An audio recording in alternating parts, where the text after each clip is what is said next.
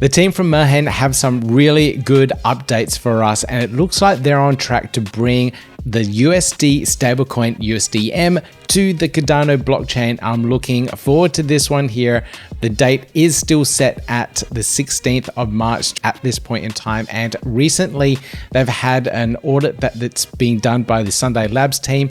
Pi here did a update around what's going on, and here we go, putting the finishing touches on the 42-page Mehen audit report, and really proud of it. We've just finished the team roundtable, meaning that the most of the reporting has been done. Now, this is quite an interesting technique that they do. One of the very last steps when we do an audit is a team roundtable. We treat this like a thesis defense of sorts, where the person or people who have been doing the audit present the protocol specification to other members of the Sunday team and get grilled. I don't want to be on the other end of that, being grilled by the Sunday team doing an audit. But it is definitely a good way of really going through and shaking out that report and seeing if there's any holes in there and potentially any more bugs and potential vulnerabilities at the last minute, just to make sure that everything is checked. Now, Pi here also says that they're essentially just crossing the T's and dotting the I's at this moment, so it's looking really good for the Mehen team in regards to launching this. Of course, there's probably a little bit more work that the team have to do to make all these all changes and updates that may be advised in the audit report as well, but overall I think this is really good, and it's really good to see another native stablecoin come to the Cardano blockchain. And hopefully what we're all hoping for is inflows of liquidity to the chain and people using this stablecoin. It should be a lot easier to use and a lot more capital efficient compared to other options out there at the moment. So fingers crossed we do see this one come into the ecosystem. Now, the team have also brought out their newsletter for this month as well. So if you haven't signed up for the newsletter, I highly recommend you do, so you can keep up to date with everything that's happening with Mehen, especially with that release. The date of the release may change. There may be something else that comes up. You never know. When you're dealing with banks, crypto regulations, and all these things, especially when you're trying to bring a stable coin to a blockchain, who knows what's going to happen. So keep up to date with the news, sign up for the newsletter. I'll put links down below so you guys can get into that as well.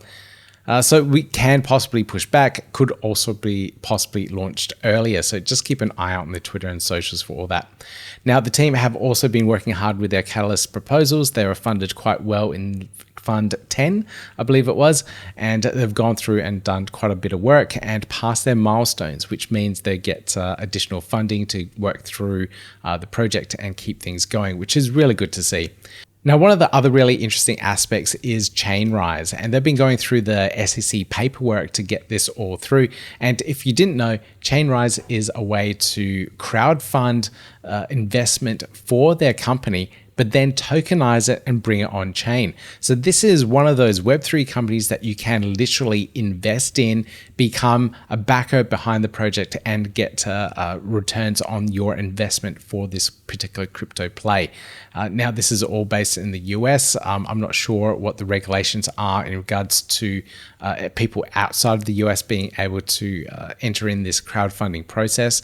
We'll find out more details once they get past all this paperwork and get it all online. But do check out their Discord servers, their Twitter feeds for the correct links for all this ChainRaise information. So really good to see that that is progressing and is all on track. We should see something in the March update.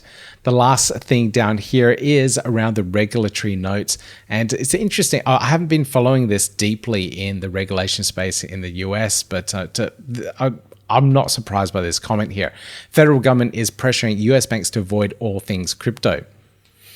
Surprise, surprise. Whatever the government is telling them to do from the top, I guess it's being pressured down to the banks. And at the moment, there's some anti-crypto sentiment at the moment, even though the Bitcoin ETF had been approved. I guess the SEC's hands were twisted in regards to making that happen. But who knows what will happen next, and working through this is quite a nightmare for anyone that is bringing a stablecoin, especially when they're doing it as legal as possible like the Mehen team are. Now, the other interesting thing here, how does this impact USDM? Firstly, we're moving forward with our non-US launch timeline. Fantastic. So that means people outside of the US can actually and will be able to mint at some point in time, mint directly. So I can use my AUD here in Australia to mint USD, and I can get exposure to the USDM stablecoin that way. So that's really good to hear. I'd love to hear a little bit more about that timeline whenever it's coming into play, and potentially what banks, what countries are available as well. The USDM launch in March will be a limited release in 17 US states where we've been approved.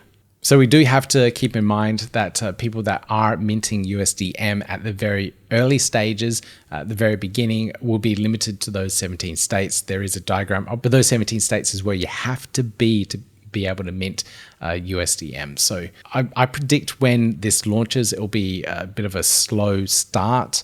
We won't see huge amounts of liquidity because of its limited release area. I think the hardcore fans in Cardano that do want this will be potentially minting at an early stage, and maybe if they have some sort of seed investor for the liquidity, providing liquidity on the chain, they'll be able to mint quite a bit of USDM at that point. But who knows? Who knows what's going to happen? All of that isn't public knowledge, so we don't know exactly where that's going to go. The initial process of minting and burning USDM will be a little clunky. That's not good to hear, personally, I think, from a UX experience. First impressions are always important, so hopefully they smooth that out as much as possible to make it as smooth as possible so people can go through and mint their USDM. But that's all I've got for you guys in regards to the USDM update. I know there's a huge amount of chatter, huge amount of talk about USDC, USDT even now. So people are saying that the Cardano Foundation should be reaching out to Paxos and the issuers of USDT even to try and get them on board and onto the Cardano blockchain natively. So who knows where this is going to go and where we'll be in a year's time. But what I do know is that we will have USDM. It is coming very soon. How much liquidity we'll get, I'm not sure about that, but we will see more stablecoin action on the Cardano blockchain. Now, remember, we do have the ability to wrap assets using one chain. We can bring in liquidity from different blockchains using the one chain bridge and have wrapped USDC and USDT and DAI as well. And that's trading on quite a few dexes at the moment. So if you are looking for USD liquidity, there are some options there. So check those out, put links down below, and there's some reference interviews as well. I previously did an interview with Matt from Mehen and also Temujin from OneChain. So really cool stuff happening at the moment. Can't wait to see this all come into play. Now, if you enjoyed this episode, thumbs up, click subscribe, notification bell, lots more Cardano related content for you. I've got a news update coming up really soon, so make sure you tune into that. I'll see you in the next episode. Yeah, gotta do it like that. You've been listening to the Learn Cardano podcast.